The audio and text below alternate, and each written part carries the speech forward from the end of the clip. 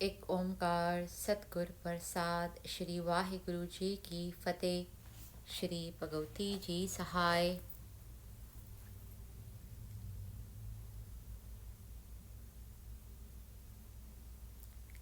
ਸੀਤਾ ਮਿਲਬੋ ਕਥਨਨ। ਸੀਤਾ ਨਾਲ ਮਿਲਣ ਦਾ ਕਥਨ। ਸਵਈਆ ਛੰਦ। ਇੰਦਰ ਡਰਾਕੁਲ ਥੋ ਜਿਹੇ ਕੇ ਡਰ ਸੂਰਜ ਚੰਦਰ ਹੁਤੋ ਪय ਪੀਤੋ। ਜਿਸ ਦੇ ਡਰ ਤੋਂ ਇੰਦਰ ਦੁਖੀ ਸੀ ਅਤੇ ਸੂਰਜ ਤੇ ਚੰਦਰਮਾ ਵੀ ਭੈਭੀਤ ਸਨ। ਲੂਟ ਲਇਓ ਤਨ ਜਉਨ ਤਨੇਸ ਕੋ ਭ੍ਰਮ ਹੁਤੋ ਚਿੱਤ ਮੋਨਨ ਚੀਤੋ। ਜਿਸ ਨੇ ਕੁਬੇਰ ਦਾ ਤਨ ਲੁੱਟ ਲਿਆ ਸੀ ਅਤੇ ਜਿਸ ਦੇ ਡਰ ਤੋਂ ਬ੍ਰਹਮਾ ਵੀ ਚਿੱਤ ਵਿੱਚ ਨਿਸ਼ਚਿੰਤ ਨਹੀਂ ਹੁੰਦਾ ਸੀ। ਇੰਦਰ ਸੇ ਪੂਪ ਅਨੇਕ ਲਰੇ ਇੱਕ ਸੌ ਫਿਰ ਕਹਿ ਗ੍ਰਹਿ ਜਾਤ ਨ ਜੀਤੋ। ਇਸ ਨਾਲ ਇੰਦਰ ਵਰਗੇ ਅਨੇਕਾਂ ਭੂਪ ਲੜੇ ਸਨ ਤੇ ਮੁੜ ਜਿਉਂਦੇ ਘਰ ਨੂੰ ਨਹੀਂ ਪਰਤੇ ਸਨ। ਇਸ ਨਾਲ ਇੰਦਰ ਵਰਗੇ ਅਨੇਕਾਂ ਭੂਪ ਲੜੇ ਸਨ ਤੇ ਮੁੜ ਜਿਉਂਦੇ ਘਰ ਨੂੰ ਨਹੀਂ ਪਰਤੇ ਸਨ। ਸੋ ਰਨ ਆਜ ਭਲੇ ਰਘੁਰਾਜ ਸੂ ਜੁਧ ਸੁਯੰਭਰ ਕੈ ਸਿਯ ਜੀਤੋ। ਸ਼੍ਰੀ ਰਾਮ ਚੰਦਰ ਨੇ ਉਸ ਨਾਲ ਅੱਜ ਚੰਗਾ ਯੁੱਧ ਕੀਤਾ ਹੈ ਅਤੇ ਉਸ ਯੁੱਧ ਸੁਯੰਭਰ ਵਿੱਚੋਂ ਸੀਤਾ ਨੂੰ ਜਿੱਤ ਲਿਆ ਹੈ। ਅਲਕਾ ਛੰਦ। ਚਟਪਟ ਸੈਣਨ ਖਟਪਟ ਪਾਜੇ। ਬਹੁਤ ਛੇਤੀ ਆਪੋ ਪਾਪੀ ਪੈਣ ਕਰਕੇ ਦੈਂਤ ਸੈਨਾ ਭੱਜ ਗਈ। ਬਹੁਤ ਛੇਤੀ ਆਪੋ ਪਾਪੀ ਪੈਣ ਕਰਕੇ ਦੈਤ ਸੈਨਾ ਭੱਜ ਗਈ। ਛਟਪਟ ਛੁਜਿਓ ਲੱਖ ਰਣ ਰਾਜੇ। ਜਦੋਂ ਉਹਨਾਂ ਨੇ ਝਟਪਟ ਜਾਣ ਲਿਆ ਕਿ ਰਾਜਾ ਰਾਵਣ ਰਣ ਵਿੱਚ ਜੂਝ ਗਿਆ ਹੈ। ਸਟਪਟ ਪਾਜੇ ਅਟਪਟ ਸੂਰਨ। ਬੇਚੈਨ ਸੂਰਮੇ ਸਰਪਟ ਭੱਜ ਗਏ। ਚਟਪਟ ਬਿਸਰੀ ਕਟਪਟ ਹੂਰਨ। ਅਤੇ ਹੂਰਾਂ ਨੂੰ ਘੜੀ ਪਲ ਵਿੱਚ ਹੀ ਭੁੱਲ ਗਏ। ਚਟਪਟ ਪੈਠੇ ਖਟਪਟ ਲੰਕਨ। ਛਟਪਟ ਹੀ ਲੰਕਾ ਵਿੱਚ ਹੱਲਾ ਗੁੱਲਾ ਮਚ ਗਿਆ। ਰਣ ਤਜ ਸੂਰਨ ਸਰ ਸਰ ਬੰਕਨ। ਧਨੁਸ਼ ਬਾਣ ਧਾਰਨ ਕਰਨ ਵਾਲੇ ਸੂਰਮੇ ਰਣ ਨੂੰ ਛੱਡ ਗਏ। ਚਲ ਹਲ ਬਾਰਨ ਨਰਬਰ ਨੈਣਨ। ਰਾਵਣ ਦੀਆਂ ਅੱਖਾਂ ਵਿੱਚੋਂ ਹੰਝੂ ਵਗ ਰਹੇ ਸਨ। ਤੱਕ ਤੱਕ ਉਚਰੇ ਪੱਕ ਪੱਕ ਬੈਣਨ। ਅਤੇ ਤੱਕ ਤੱਕ ਕਰਦਾ ਹੋਇਆ ਬੁੜ ਬੁੜਾ ਰਿਹਾ ਸੀ। ਨਰ ਬਰ ਰਾਮਨ ਬਰ ਨਰ ਮਾਰੋ। ਪੁਰਸ਼ੋਤਮ ਰਾਮ ਨੇ ਕਿਹਾ ਕਿ ਹੇ ਰਾਵਣ ਨੂੰ ਮਾਰੋ। ਪੁਰਸ਼ੋਤਮ ਰਾਮ ਨੇ ਕਿਹਾ ਕਿ ਰਾਵਣ ਨੂੰ ਮਾਰੋ। ਚਟਪਟ ਬਾਹਨ ਕੱਟ ਕੱਟ ਡਾਰੋ। ਅਤੇ ਉਸ ਦੀਆਂ ਬਾਹਾਂ ਨੂੰ ਚਟਪਟ ਕੱਟ ਦਿਓ। ਤਬ ਸਭ ਪਾਜੇ ਰਖ ਰਖ ਪ੍ਰਾਣਨ।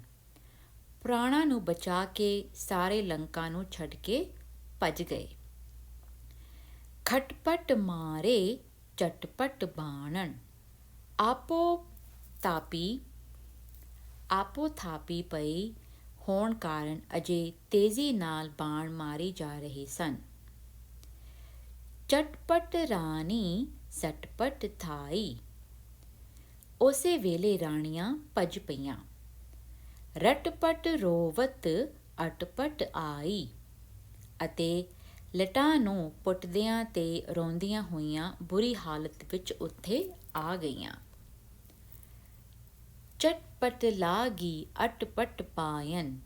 ਸਾਰੀਆਂ ਰਾਮ ਚੰਦਰ ਦੇ ਪੈਰੀ ਆ ਲੱਗੀਆਂ। ਨਰ ਬਰ ਨਿਰਖੇ ਰਘੁਬਰ ਰਾਇਨ। ਅਤੇ ਸ਼੍ਰੇਸ਼ਟ ਪੁਰਸ਼ ਰਾਮ ਦੇ ਦਰਸ਼ਨ ਕੀਤੇ। ਚਟਪਟ ਲੋਟੈ ਅਟਪਟ ਧਰਣੀ। ਉਸ ਉਬੜ ਖਾਬੜ ਧਰਤੀ ਉੱਤੇ ਇੱਧਰ ਉੱਧਰ ਲੇਟਦੀਆਂ ਸਨ। ਕਸ ਕਸ ਰੋਵੇਂ ਬਰ ਨਰ ਬਰਣੀ, ਰਾਖਸ਼ਸ ਇਸਤਰੀਆਂ ਜ਼ੋਰ ਜ਼ੋਰ ਨਾਲ ਰੋਂਦੀਆਂ ਸਨ। ਪਟ ਪਟ ਡਾਰੈਂ ਅਟਪਟ ਕੇਸਨ, ਆਪਣੇ ਖਿਲਰੇ ਹੋਏ ਕੇਸ਼ਾਂ ਨੂੰ ਪੁੱਟ ਪੁੱਟ ਕੇ ਸੁੱਟਦੀਆਂ ਸਨ। ਬਟ ਹਰ ਕੂਕੈਂ ਨਟ ਵਰ ਪੇਸਨ, ਲੁੱਟੇ ਗਏ ਰਾਹੀ ਪਥਕ ਵਾਂਗ ਕੂਕਦੀਆਂ ਸਨ ਅਤੇ ਉਹਨਾਂ ਦਾ ਸਾਰਾ ਭੇਸ ਸਿੱਧ ਹਸਤ ਨਟ ਵਰਗਾ ਸੀ। ਚਟਪਟ ਚੀਰਨ ਅਟਪਟ ਪਾਰੈਂ, ਸੁੰਦਰ ਬਸਤਰਾਂ ਨੂੰ ਬੇਸੁਰੀ ਅਵਸਥਾ ਵਿੱਚ ਪਾੜ ਰਹੀਆਂ ਸਨ। ਤਰ ਕਰ ਧੂਮਨ ਸਰਬਰ ਡਾਰੇ, ਮਿੱਟੀ ਨੂੰ ਹੱਥਾਂ ਨਾਲ ਸਿਰ ਉੱਤੇ ਪਾਉਂਦੀਆਂ ਸਨ। ਸਟਪਟ ਲੋਟੈਂ ਖਟਪਟ ਪੂਮਨ, ਤੁਰਤ ਧਰਤੀ ਉੱਤੇ ਲੇਟ ਰਹੀਆਂ ਸਨ, ਗਮ ਨਾਲ ਚਾਟੀਆਂ ਨੂੰ ਪੁੱਟਦੀਆਂ ਸਨ।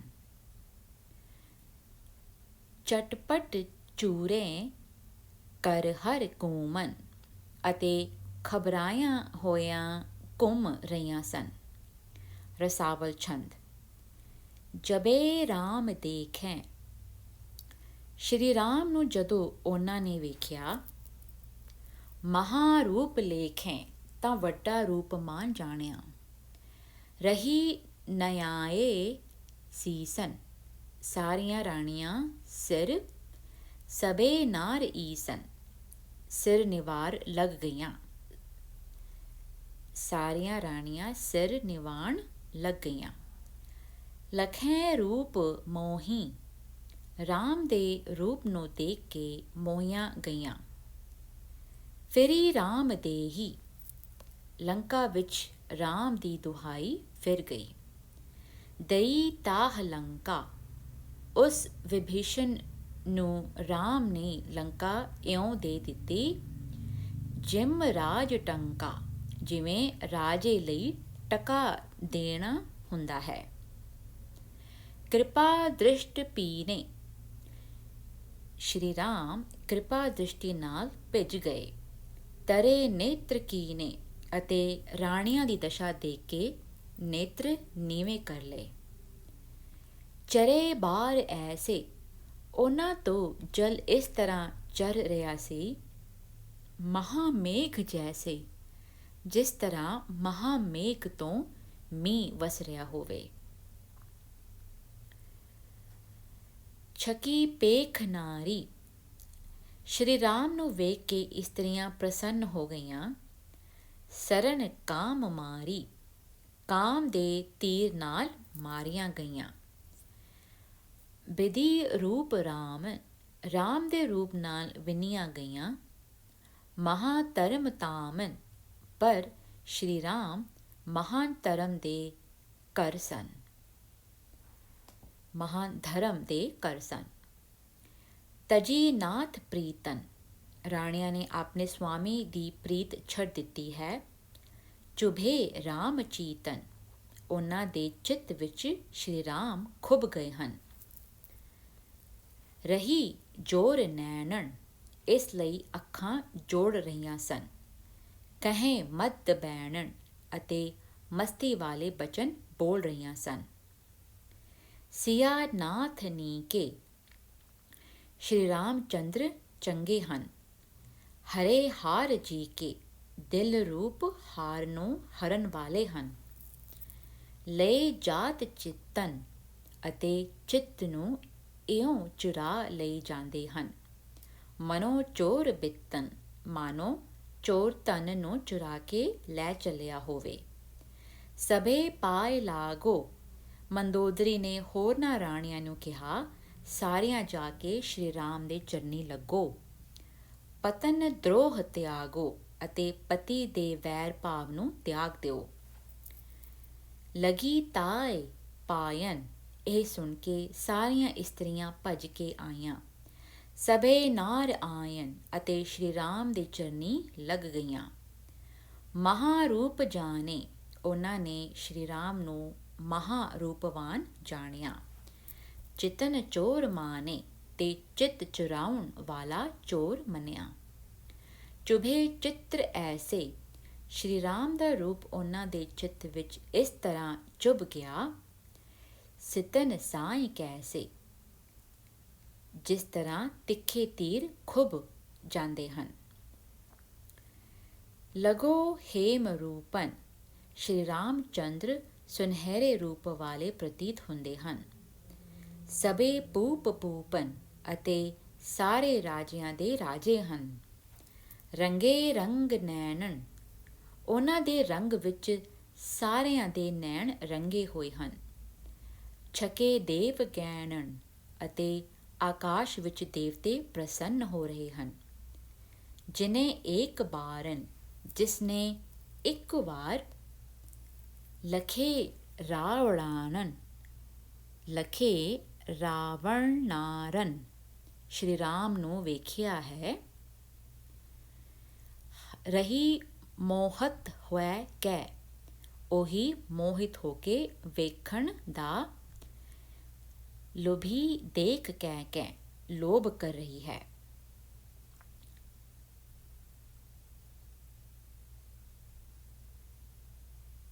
ਛਕੀ ਰੂਪ ਰਾਮਨ, ਰਾਮ ਦੇ ਰੂਪ ਉੱਤੇ ਪ੍ਰਸੰਨ ਹੋ ਰਹੀਆਂ ਹਨ। ਗਏ ਭੂਲ ਤਾਮਨ, ਉਹਨਾਂ ਨੂੰ ਘਰ ਭੁੱਲ ਗਏ ਹਨ। ਕਰਿਓ ਰਾਮ ਬੋਧਨ, ਉਹਨਾਂ ਨੂੰ ਰਾਮਚੰਦਰ ਨੇ ਗਿਆਨ ਉਪਦੇਸ਼ ਕੀਤਾ ਹੈ। ਮਹਾਯੁੱਧ ਜੋਧਨ, ਜੋ ਸ਼੍ਰੀ ਰਾਮ ਯੁੱਧ ਕਰਨ ਵਾਲੇ ਮਹਾਨ ਯੋਧੇ ਹਨ।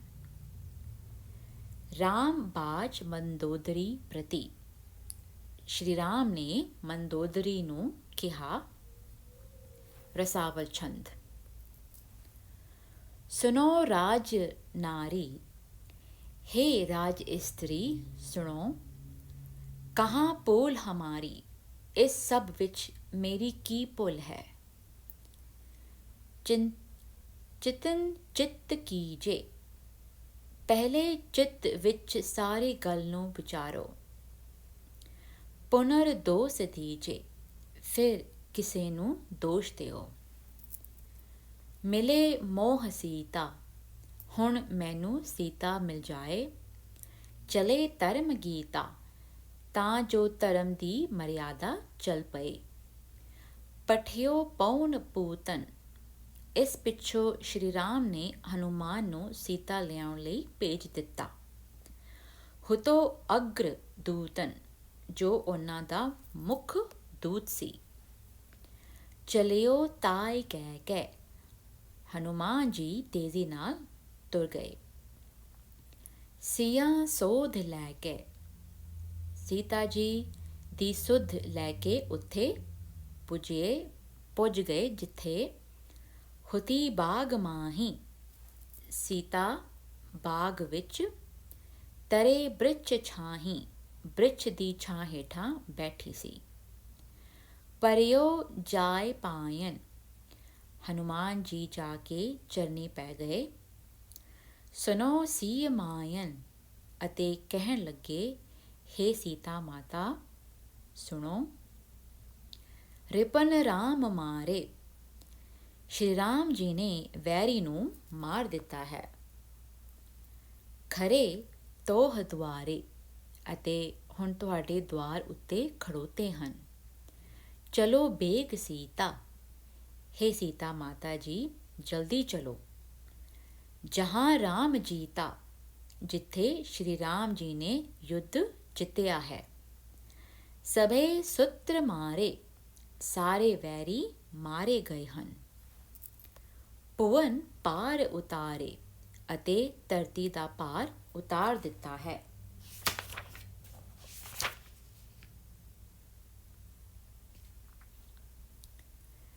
ਚਲੀ ਮੋਦ ਕਹਿ ਕੇ, ਸੀਤਾ ਜੀ ਪ੍ਰਸੰਨ ਹੋ ਕੇ ਤੁਰ ਪਈ। ਹਨੂ ਸੰਗ ਲੈ ਕੇ, ਹਨੂਮਾਨ ਜੀ ਉਹਨਾਂ ਨੂੰ ਨਾਲ ਲੈ ਕੇ ਰਾਮ ਜੀ ਪਾਸ ਆਏ। ਸੀਆ ਰਾਮ ਦੇਖੇ, ਸੀਤਾ ਜੀ ਨੇ ਸ਼੍ਰੀ ਰਾਮ ਜੀ ਨੂੰ ਵੇਖਿਆ। ਉਹੀ ਰੂਪ ਲੇਖੇ, ਅਤੇ ਪਹਿਲੇ ਵਾਲੇ ਰੂਪ ਕਰਕੇ ਹੀ ਜਾਣਿਆ। ਲਗੀ ਆਨ ਪਾਇਨ। ਸੀਤਾ ਜੀ ਸ਼੍ਰੀ ਰਾਮ ਦੇ ਪੈਰੀ ਆ ਲੱਗੀ। ਲਖੀ ਰਾਮ ਰਾਇਨ। ਸ਼੍ਰੀ ਰਾਮ ਰਾਜੇ ਨੇ ਵੇਖ ਲਿਆ ਤਾਂ ਉਹਨਾਂ ਨੇ ਕਿਹਾ, ਕਹਿਓ ਕੌਲ ਨੈਣੀ, ਹੇ ਕਮਲ ਵਰਗੀਆਂ ਅੱਖਾਂ ਵਾਲੀਏ। ਬਿਦੁਨ ਬਾਕ ਬੈਣੀ, ਹੇ ਕੋਇਲ ਦੀ ਸੁਰ ਵਰਗੇ ਬੋਲ ਬੋਲਣ ਵਾਲੀਏ, ਦੱਸੋ ਤੁਹਾਡੀ ਪਵਿੱਤਰਤਾ ਦੀ ਪਰੀਖਿਆ ਕਿਸ ਤਰ੍ਹਾਂ ਹੋਵੇ।